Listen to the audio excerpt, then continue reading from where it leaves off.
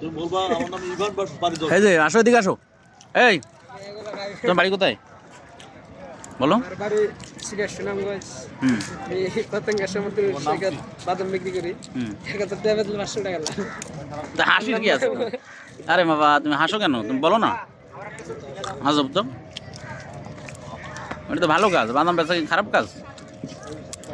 তুমি কি ভুবন বাধ্য করাচ্ছ না যে বাদাম বেচতে ভাইরাল হয়ে গেছে?